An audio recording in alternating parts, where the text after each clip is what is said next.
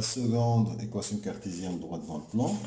Et cet exercice que j'ai extrait du manuel Matix aussi sur l'équation droite dans le plan. Donc je laisse défiler doucement et je pose. Donc vous êtes invité à les faire, s'il vous plaît, avant de commencer à demande de première question, montrer que CD sont des points de la droite D. Donc cette droite D, elle a une équation cartésienne. Pour voir est-ce qu'un point il appartient ou pas, on remplace. C'est ce que j'ai fait. Donc j'ai remplacé par les coordonnées de D, je trouvais 0, donc D appartient. Puis j'ai remplacé par les coordonnées de D, j'ai trouvé 0, donc D il appartient. Deuxième question. Alors on nous demande déterminer le point d'intersection de la droite D avec l'axe d'abscisse. Alors je rappelle que quand vous avez une équation cartésienne d'une droite, quand vous voulez faire l'intersection avec OX, vous donnez Y0, vous cherchez X. Quand vous voulez faire l'intersection avec OY, c'est-à-dire l'axe des ordonnées, vous donnez X0, vous cherchez Y. Ici, vous allez obtenir un point de la forme quelque chose 0 que vous allez trouver. Et là, vous allez obtenir un point de la forme 0, quelque chose que vous allez trouver. Alors moi, je veux faire l'intersection avec l'axe des ordonnées, des abscisses, pardon. Donc je remplace y par 0. Donc j'aurai x moins 9 est égal à 0. Ce qui me fait x est égal à 9. Donc je peux vous dire que D coupe au x en un point que j'appellerai I, le point de coordonnées 9, 0. Alors, la deuxième question, les droites AB et D sont-ils parallèles? Donc, alors, est-ce qu'ils sont parallèles? Donc, moi, j'ai tout d'abord calculé les coordonnées du vecteur AB.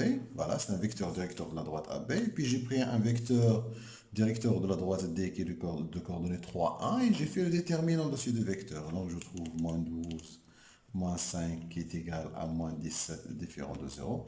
Donc, je conclus que, alors, les droites ne sont pas parallèles. Les droites D, AB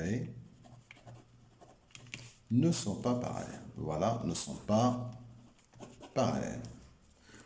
Alors, déterminer l'équation cartésienne de la droite AB. Alors, pour trouver l'équation cartésienne d'une droite AB, si je connais son vecteur directeur, je connais A et B. C'est moins 4, moins 5. A, c'est moins 4, B, c'est moins 5. Donc, AB, elle a une équation de la forme, moins 4x, moins 5y, plus c est égal à 0. Et puis, j'ai remplacé par le point A. J'ai choisi A ou B. Donc, A doit vérifier l'équation. Donc, je remplace x par moins 3y par 5. Donc, je trouve c est égal à 13. Donc, la droite AB, une équation de la forme, moins 4x, moins 5y, plus 13 est égal à 0. Ensuite, on va me demander de déterminer les coordonnées de point d'intersection de ces deux droites. Donc, pour faire le point d'intersection, je vais résoudre un système où je pose l'équation de D et puis l'équation de AB. Alors, ici, c'est un système, je trouve que X, il est déjà, je peux l'isoler. Donc, j'ai isolé X, fait 3Y plus 9, que je vais remplacer ici. Et donc, j'aurai une équation très simple à résoudre en bas. Alors, donc, j'aurai moins 12Y, moins 36, moins 5Y, plus 13 est égal à 0. Ce qui me fait moins 17y, 36 moins 13, ça fait 23, donc moins 23 est égal à 0, ce qui me fait y est égal à 23, moins 23 sur 17. Et puis j'ai remplacé x qui est égal à 3y plus 9, j'ai remplacé le y par moins 23 sur 17. J'ai trouvé ça, j'ai remplacé dans ma calculatrice, je calcule avec ma calculatrice, je trouve x égale 84 sur 17. Donc je peux vous dire que D inter AB, c'est ce point-là que j'appellerai le point K de coordonnées 84 sur 17, moins 23 sur 17. Voilà. Alors, ensuite, on nous demande pour la question 3. Donc, la question 3, on nous propose une droite delta, qui a une équation réduite y est égale à 1 tiers x plus 2. Première question, alors, il s'agit de donner un coefficient directeur, l'ordonnée à l'origine, un vecteur directeur de la droite delta. Alors, delta, elle est déjà faite de ce forme réduite. Le coefficient directeur, c'est 1 tiers. Voilà, sa forme réduite. Donc, m est égal à 1 tiers, c'est son coefficient directeur. Et l'ordonnée à l'origine, c'est 2. L'ordonnée à l'origine, c'est aussi l'image de 0. Alors, un vecteur directeur, nous avons une propriété. Quand on a une équation réduite, le vecteur directeur, il a pour coordonnée 1m. M, c'est le coefficient directeur. Donc, voilà que le vecteur directeur de ma droite delta, c'est 1m. Alors, ce que je vais voir, est-ce qu'ils sont parallèles ou bien 50? Donc, je vais calculer le déterminant du vecteur U de ma droite D que je trouvais tout à l'heure qui est 3, 1 et ce vecteur directeur 1 tiers. Je trouve 0. Alors, qu'est-ce que je conclus? Je conclus que delta et D sont parallèles. Mais est-ce qu'ils sont strictement parallèles ou bien confondus? C'est ça la situation. Alors, sont-ils confondus? Alors, ce que je vais faire, je vais prendre un point de ligne et le remplacer dans l'autre. Je sais très bien que tout à l'heure, au début de l'exercice, j'ai montré que C appartient à D. Ce C de coordonnées 3 moins 2. Donc, j'avais montré qu'il appartient à D. Alors, maintenant, je vais le remplacer dans delta. delta, donc je vais calculer 1 tiers de x plus 2 en remplaçant par c. Je trouve moins 2, donc C n'appartient pas à delta. Alors, puisque C appartient à D et C n'appartient pas à delta, ça veut dire que delta et D sont strictement parallèles. Donc, pas de point commun pour ces deux droites. Voilà. Donc, ils sont parallèles, mais ils n'ont pas de point commun. Je prends un point de l'une et si je trouve qu'il ne m'appartient pas à l'autre, ça veut dire qu'ils sont strictement parallèles. Mais si jamais j'avais trouvé que C appartient à D et à delta, ils seraient deux droites confondues. Je pose maintenant pour la question 4, un point H de coordonnées alpha moins 3. Calculer alpha pour que A, B et A sont alignés. Maintenant, on va la faire autrement. On ne va pas calculer le déterminant de A, B à H. Ça va être long. Nous connaissons une équation cartésienne de la droite AB. On l'a. Voilà, l'équation de la droite AB. Eh bien, ce point H, si on veut que ce point H appartienne à la droite AB, ça veut dire qu'il soit aligné, il suffit que ces coordonnées vérifient l'équation. C'est ce que je vais faire. Alors, H appartient à AB, ça veut dire que les coordonnées de ce point doivent vérifier l'équation. Donc, je vais remplacer X par alpha, Y par moins 3. Donc, je trouve moins 4 alpha plus 15 plus 13 égale 0, ce qui me donne alpha est égal à 7. Donc, j'ai calculé, je trouvais alpha est égal à 7. Donc, ce qui me permet de dire que H est là pour coordonnées 7 moins 3. Ensuite, vérifie que B est le milieu du segment H. Cette question elle est donnée seulement pour nous rassurer. Alors, est-ce que B est le milieu de AH? Moi, ce que je vais faire, je vais chercher le milieu de AH. XA plus XA sur 2, je remplace. A, je trouve XB. YA plus YA sur 2, je remplace. A, je trouve YB. Donc, B est le milieu de AH. Exercice 52 qui se trouve à la page 377 de votre manuel Matix. Ben, c'est un exercice sur équation de droite qui pose un petit problème. Donc, une entreprise crée un drapeau de 4 couleurs de dimension OA est égal à 5. Donc, nous avons sa distance est égale à 5. OC est égal à 3. Et puis OE est égal à 2. Donc, c'est 2 ici pour EE.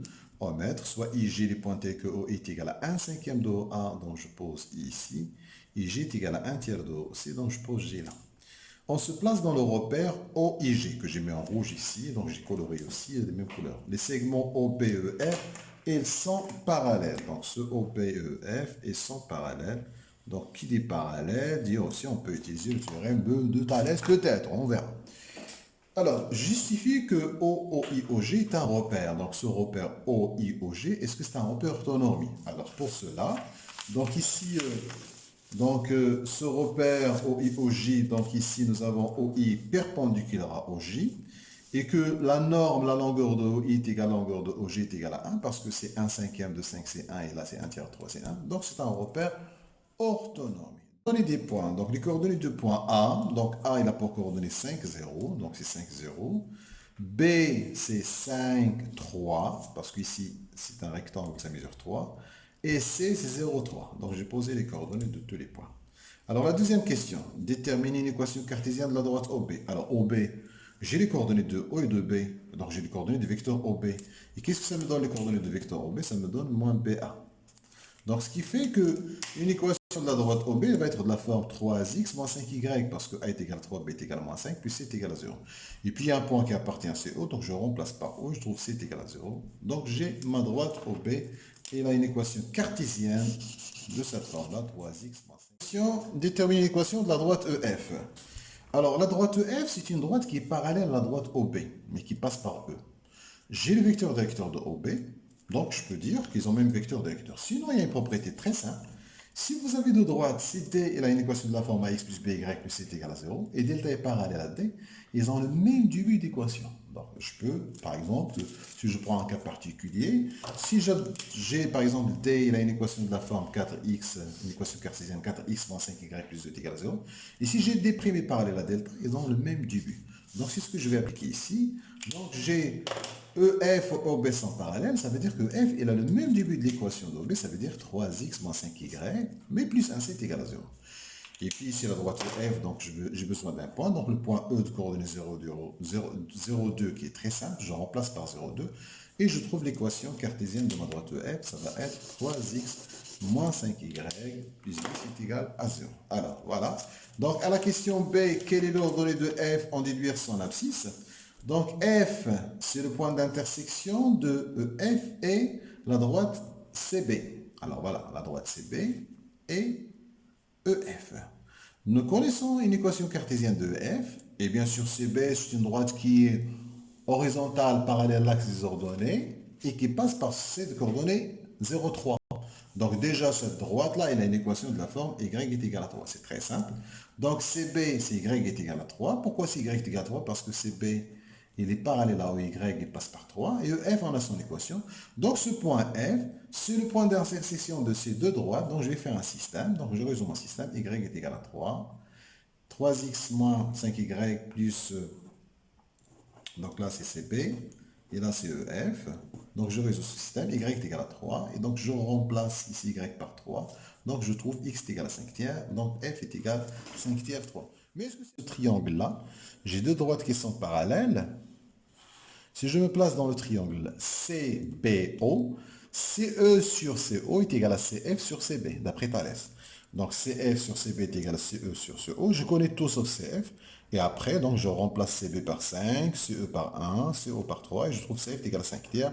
Donc c'est une autre façon pour trouver XF. Mais sinon, là, j'ai trouvé les coordonnées de F en entier. Alors la question C, on nous demande de déterminer de même les coordonnées de H. Alors c'est quoi H?